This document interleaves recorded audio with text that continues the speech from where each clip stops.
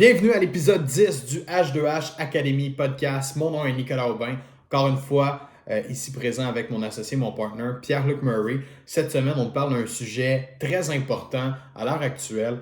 Est-ce que c'est important pour toi d'être présent sur les réseaux sociaux? Est-ce que c'est important de maîtriser la game des réseaux sociaux pour être en mesure de générer de la clientèle dans ton entreprise à tous les semaines? On se voit de l'autre côté.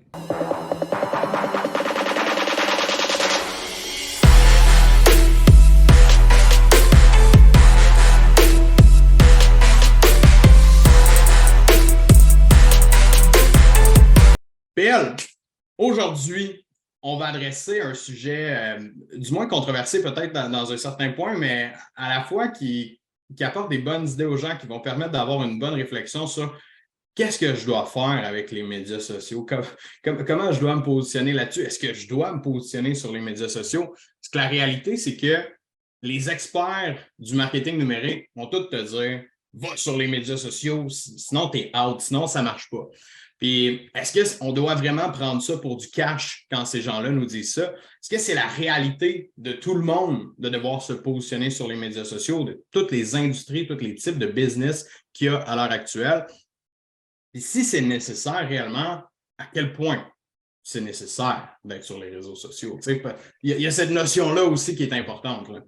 Exactement. Donc, l'objectif aujourd'hui du podcast, c'est de stimuler la réflexion et justement d'amener vraiment une réflexion en ligne sur quel est le positionnement que vous devez avoir sur les médias sociaux si vous devez l'avoir. OK? Parce que ce qu'on se rend compte, c'est qu'il y a des entrepreneurs dans les agences web qui sont d'excellents vendeurs, qui vendent leurs idées. Et bien, il y a aussi beaucoup de gens qui prennent ce que ces gens-là, ils boivent leurs paroles, ils sont comme OK, je dois faire ça absolument. Et donc, aujourd'hui, on va tirer le démon par la queue, comme on dit. Puis notre objectif, c'est un peu de polariser ce débat-là afin de s'assurer que vous faites une bonne attribution de ressources en termes de temps et que vos efforts de prospection sont à la bonne place. Alors, on ne va pas vous dire faites-le ou faites-le pas, mais on va vous amener à avoir la bonne réflexion concernant la façon de faire et s'il faut le faire ou pas, selon votre business, selon vos enjeux, selon vos défis. Donc, voilà, je pense que ça met bien la table là, pour les premières idées d'aujourd'hui. Définitivement. Tu as bien amené. L'objectif, c'est vraiment d'apporter une réflexion sur ça. Et justement, pour vous aider à avoir cette réflexion-là, j'ai commencé par ressortir des chiffres intéressants. Bon, il y a un chat qui miaule à côté de moi, désolé si vous l'entendez. J'ai commencé par apporter des stats intéressantes. J'ai sorti des stats en ligne d'un site très fiable qui date de 2021, cependant. On est combien sur la planète? On est 8 milliards, 9 milliards? Ouais, très proche de 8 milliards actuellement. Okay.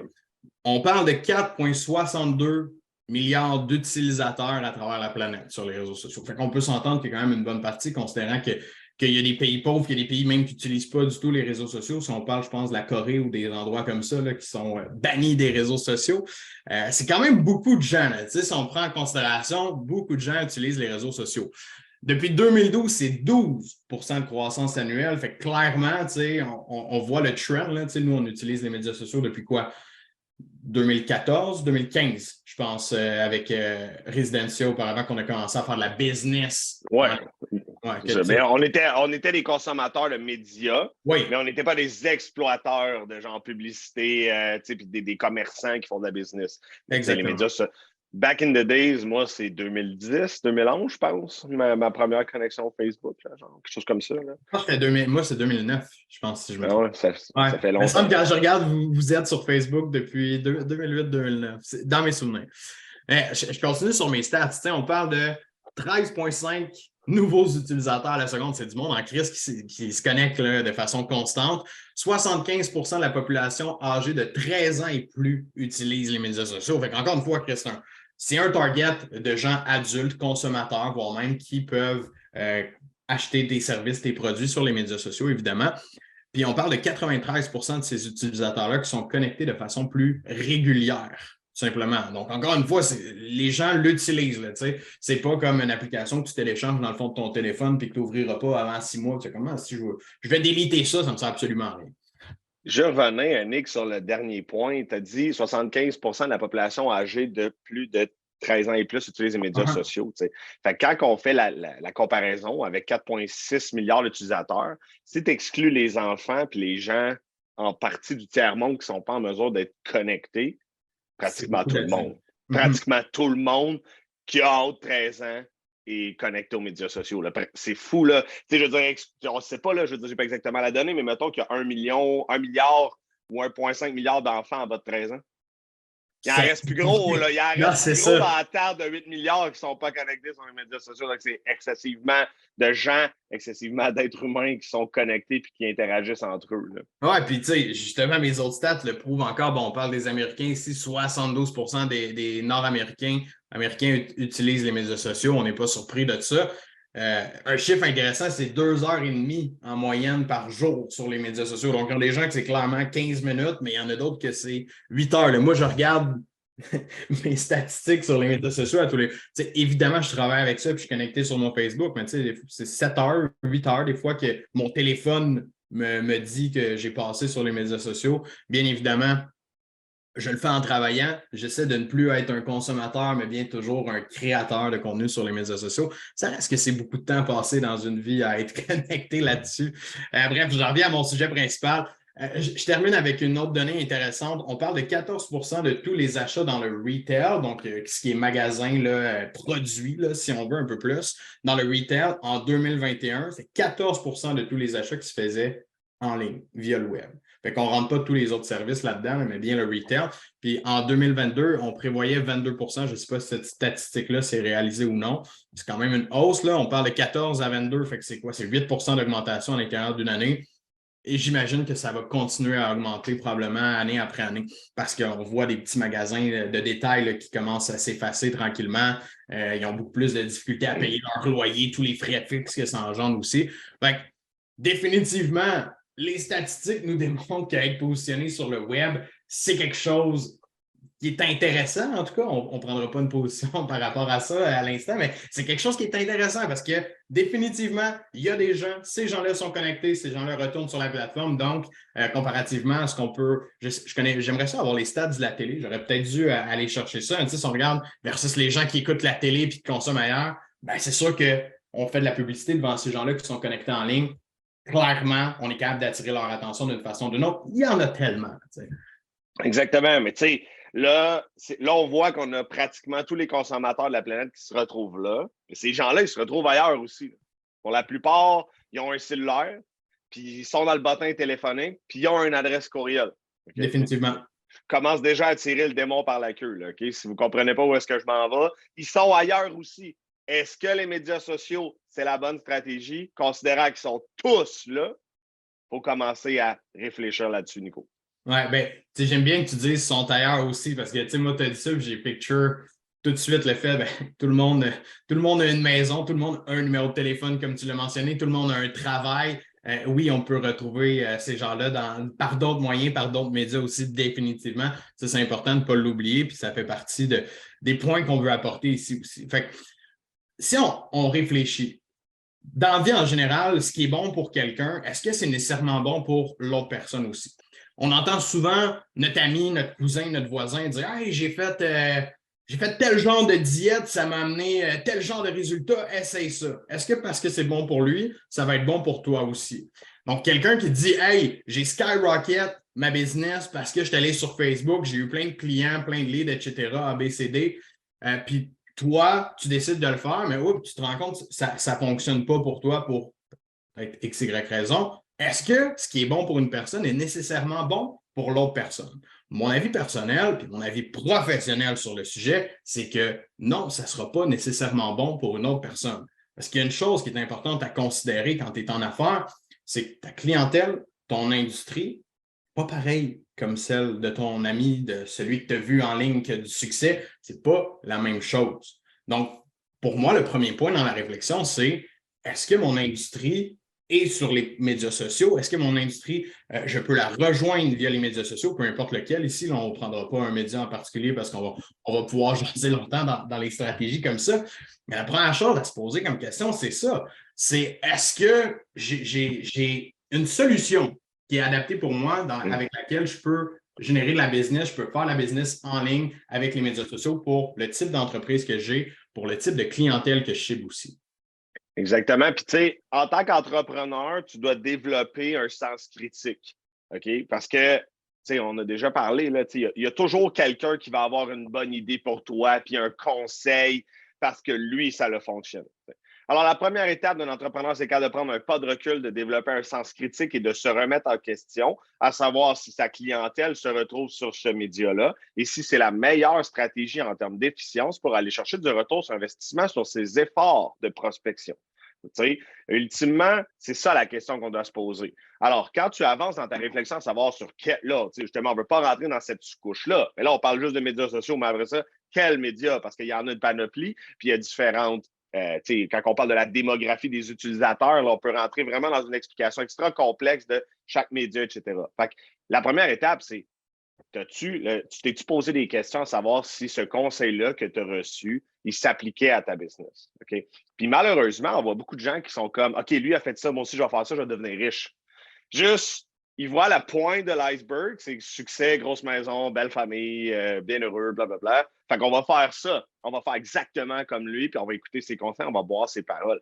C'est un peu de la stupidité humaine. Il faut être en mesure de développer son sens critique puis d'aller creuser les fondements derrière ça pour être en mesure de prendre la bonne décision pour aller atteindre l'efficience en termes de prospection.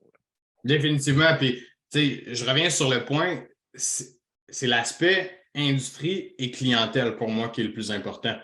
Ce n'est pas toutes les industries qui vont faire des ventes sur les médias sociaux. Si on regarde à l'heure actuelle, qu'on se parle, je peux nommer probablement beaucoup de types d'entreprises qui n'ont pas de médias sociaux pour vendre. Il y en a qui vont les utiliser pour d'autres raisons, mais pour aller chercher de la clientèle, ça ne leur sert absolument à rien. Combien de compagnies de construction, à l'heure actuelle où on se parle, ont pas ou peu de présence sur les médias sociaux et roulent des millions de dollars en chiffre d'affaires par année?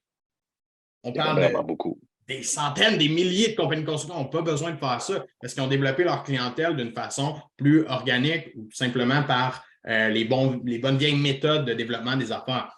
La réalité, c'est que ça s'adresse à ton industrie, ça s'adresse à ta clientèle cible. Bien, définitivement, il y a une opportunité d'aller sur les médias sociaux. Si tu vois que ta clientèle, elle est toujours là, puis que ton produit, ton service, il se communique bien sur les médias sociaux aussi. Je vais donner un exemple, mais il y a des gens qui vendent un produit plus souvent peut-être dans le service, mais quelque chose de tellement complexe, quelque chose de tellement inconnu, ou je dirais méconnu de la population en général, que pour vendre sur les médias sociaux, ils ont besoin d'éduquer toute la planète.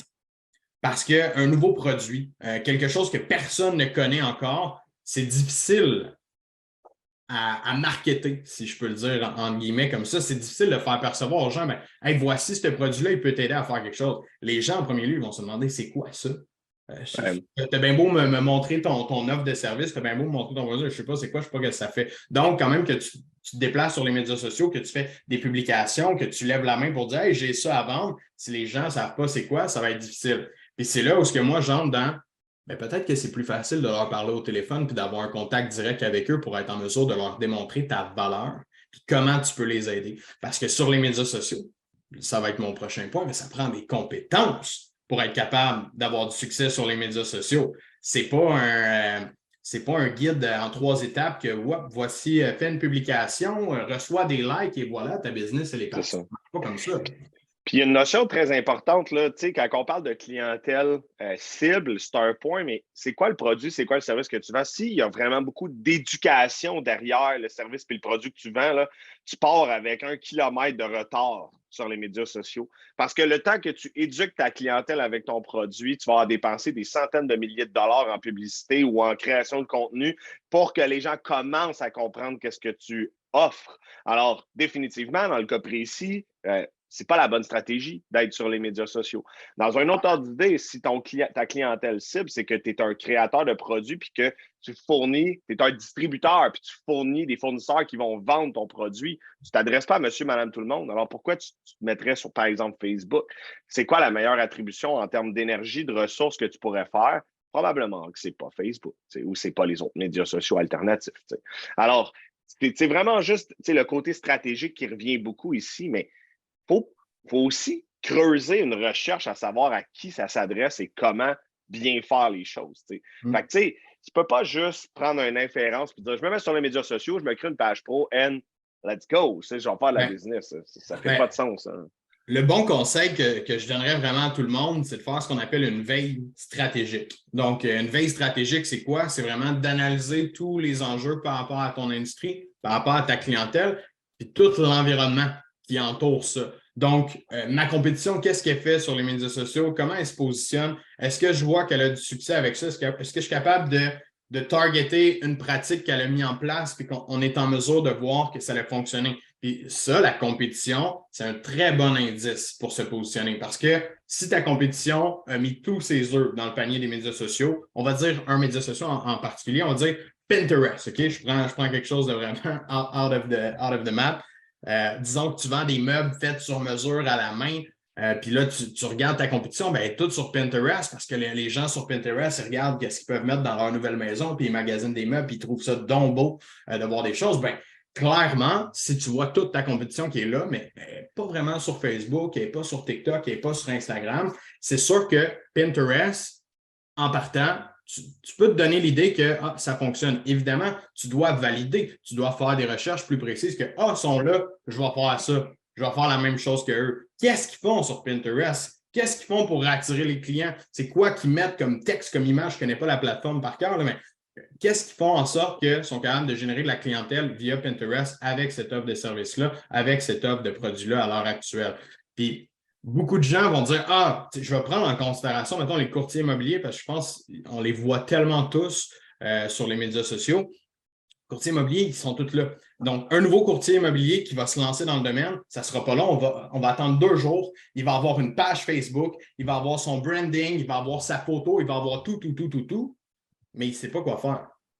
Puis je parle d'expérience, là. Il ne sait pas quoi faire. Il est là sur les médias sociaux, puis comme, moi, je vends des maisons. Hey, une maison à vendre. Est-ce que ça marche? Est-ce que ça t'apporte des nouveaux clients? Est-ce que je peux vendre votre maison à un secteur tel? Est-ce que tu vas vraiment avoir des leads qui vont arriver de ça? Pour la plupart, ça va être difficile. Donc, ça m'apporte un point vraiment important. Pour ceux et celles qui veulent se lancer dans la course des médias sociaux, vous voyez que votre compétition a du succès sur les médias sociaux en ce moment. Dites-vous une chose, vous avez des croûtes à manger. Ça ne veut pas dire que rapidement, vous allez avoir du succès, vous aussi, parce que les autres ont du succès.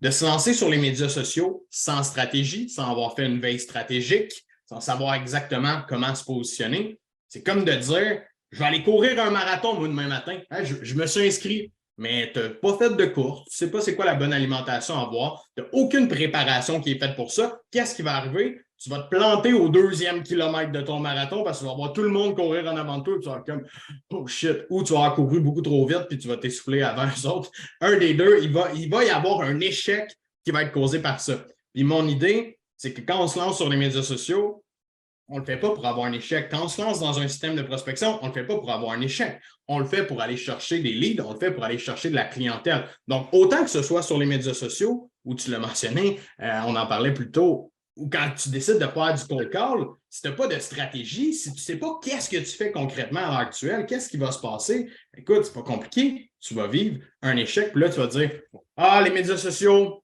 pas fait pour moi. Ça ne marche pas dans la business. Puis, tu sais, justement, là, on a parlé de stratégie. Là, on parle justement d'avoir les bons outils, puis de se poser les bonnes questions, puis d'avoir un plan d'attaque. Le problème en ce moment, Nico, là, que je vois à tous les jours, j'ai un entrepreneur qui me dit moi, je vais aller sur les médias sociaux, puis je veux que les clients viennent à moi. La deuxième phrase que je viens de dire, là, je veux que les clients viennent à moi. Ça prend du temps. Ça prend énormément d'efforts, ça prend de la notoriété, ça prend une image de marque de béton pour que les gens te reconnaissent comme étant un expert. Ça ne peut pas être ça au début. Pour à peu près n'importe.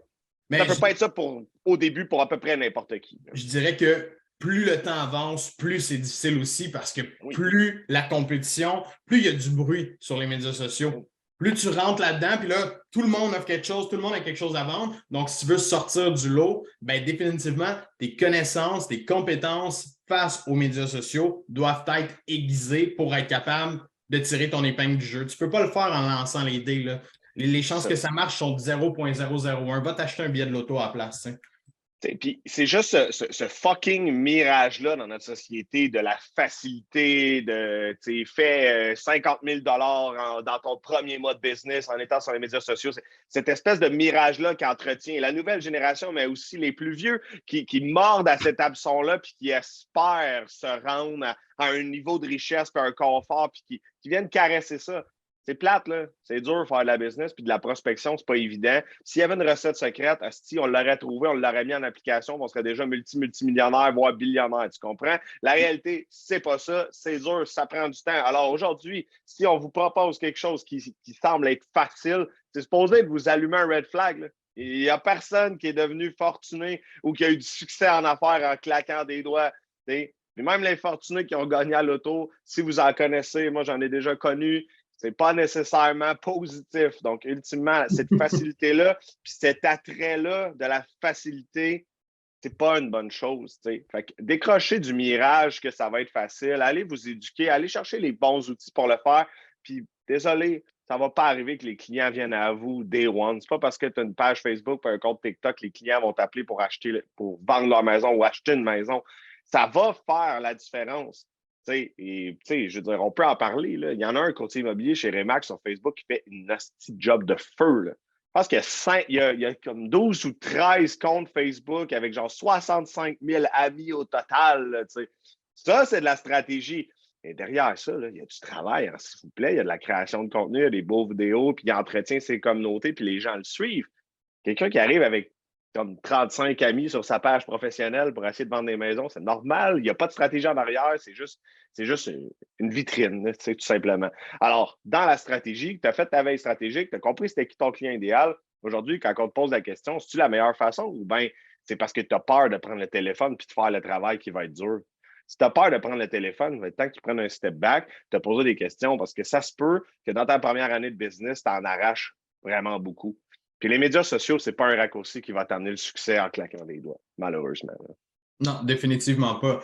Moi, je pense que tout le monde a avantage un jour ou l'autre de se positionner sur les médias sociaux. Même que tout le monde qui a une entreprise ou une pratique, ça ne coûte rien de faire une page Facebook, prendre 2 minutes, mettre ton numéro de téléphone, expliquer tes services, qu'est-ce que tu fais. Ça prend 2 minutes, puis je le répète, 2 minutes.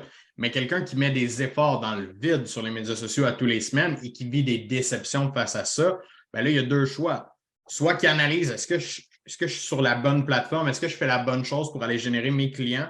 Est-ce que mon industrie est là? Elle va répondre par rapport à la stratégie ou du moins à ce que je fais parce qu'on ne peut pas appeler ça une stratégie, c'est encore embryonnaire. Est-ce que ça peut fonctionner? Ou est-ce que le problème, c'est moi?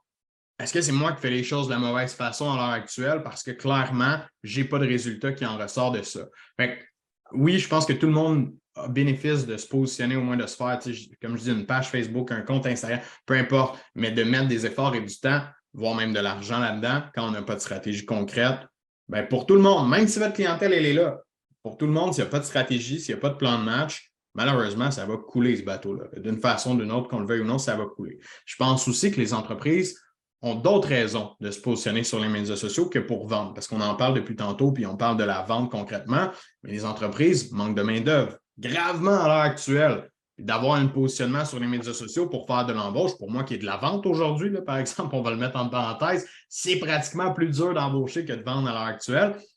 Mais ça va être important de te positionner sur les médias sociaux. Peut-être que ta clientèle cible, elle ne se trouve pas là, mais peut-être que tes employés cibles, qu'on peut dire entre parenthèses, encore une fois, qui est ta clientèle ici dans le cas présent, dans l'exemple, peut-être que tes employés cibles se trouvent sur les médias sociaux, puis que tu pourrais montrer à quel point c'est cool de venir travailler chez vous en ayant une présence sur les médias sociaux. Donc, il y a toujours des positionnements, des façons d'aller sur les médias sociaux qu'on peut retirer des résultats dans une entreprise, que ce soit pour les ventes, que ce soit pour les RH ou peut-être d'autres raisons. Ça ne coûte pas cher d'y être en temps, en argent. Ça ne coûte pas cher de se positionner, mais ça coûte cher en temps et en argent quand on investit, puis quand on met des efforts, puis ça ne nous donne aucun résultat. Là, probablement qu'il y a une autre solution de trouver tes clients ou de voir tes employés clés. Exact. Puis j'aime la précision que tu amènes. Il peut y avoir diverses fonctions aux médias sociaux. Dans le cas présent, c'est sûr que nous, on parle beaucoup de développement des affaires et de vente. Si c'est du rayonnement passif, c'est correct, mais ça m'amène à mon point suivant. C'est passif. Moi, là, en tant qu'entrepreneur, là, je veux avoir le contrôle de où est-ce que je me dirige. Quand je pose la question à quelqu'un, cette année, tu finis à combien? Tu vas finir. Là, on est en début 2023 là, au moment du tournage du podcast. Fin 2023, tu fais combien de revenus? Ah, je sais pas. Ça vient, des références, téléphone sonne de temps en temps. C'est pour ça que j'haïs cette stratégie-là, de mon côté, parce que c'est passif. Moi, je veux avoir le contrôle. Je sais que si je fais 100 coups de téléphone, je vais avoir 32 rendez-vous, puis j'en closer 10, puis à la fin, je vais être capable de mettre ça dans un fichier Excel avec mes KPI, et en mesure de modéliser où est-ce que je me dirige dans mon année. Donc, en tant qu'entrepreneur aujourd'hui, tu veux-tu avoir le contrôle ou tu veux attendre que le téléphone sonne? Puis, moi, j'ai aimé gambler parce que je m'amusais à gambler. Mais en business, on ne s'amuse pas. Quand c'est le temps d'être sérieux, il faut que ça soit modélisé. Alors, moi, c'est vraiment le point qui me freine par rapport à quelqu'un qui démarre son entreprise et qui met tous ses œufs dans les médias sociaux.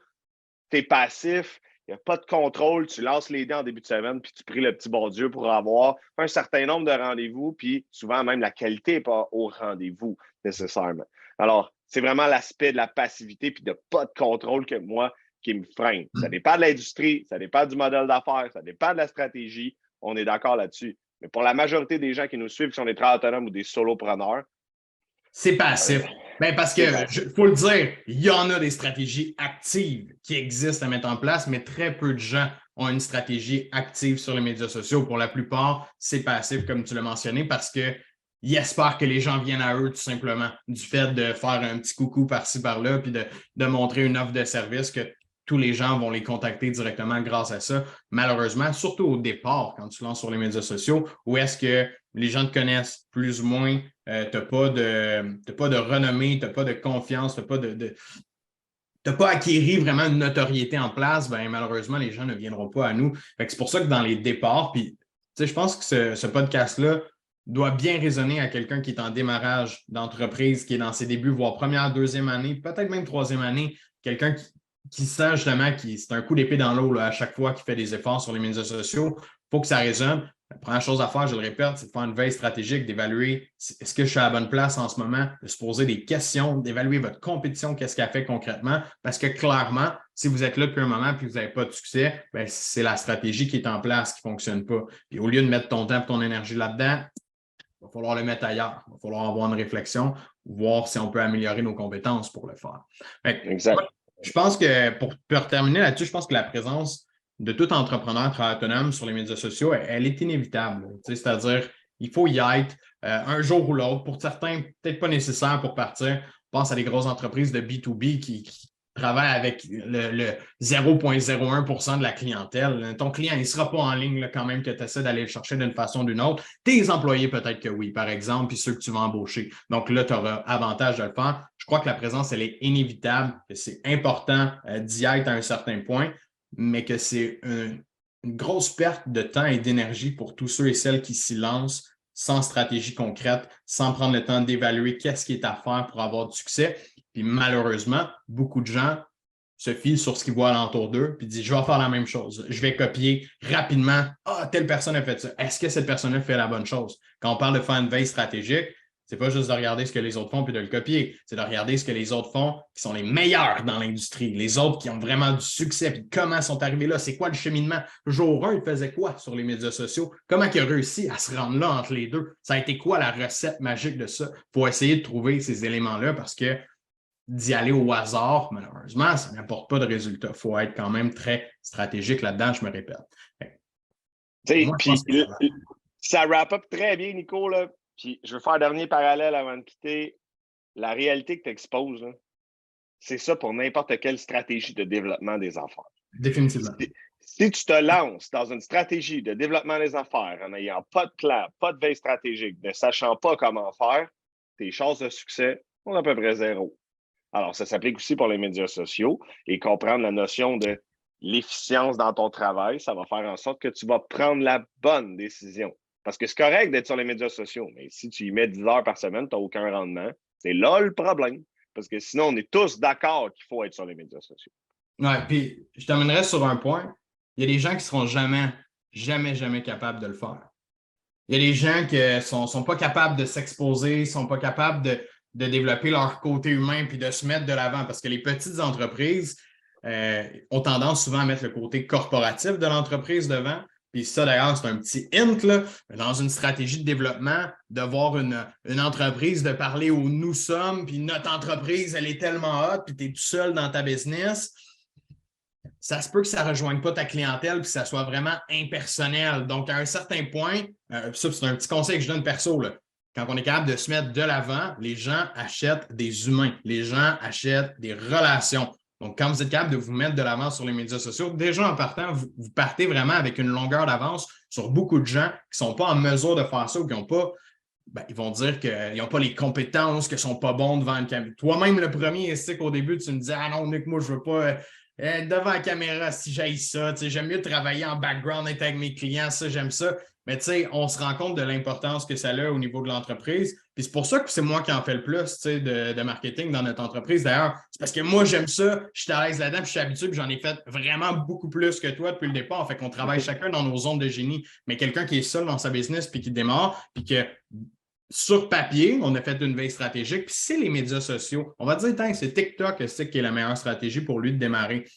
Cette personne-là n'aura pas le choix de s'exposer. Elle n'aura pas le choix de mettre sa personnalité, son lifestyle, sa business en avant. Si elle n'est pas capable de le faire, il y a une alternative quand même. Moi, c'est ce point-là que je veux lever. Il y en a d'autres des stratégies pour développer de la clientèle. Fait que si pour toi, de t'exposer, d'être capable de développer, je dirais, des relations vraiment en ouvrant ta vie un peu, si on veut, de toutes les façons possibles, ta réalité à ta clientèle, si tu n'es pas capable de faire ça, arrête.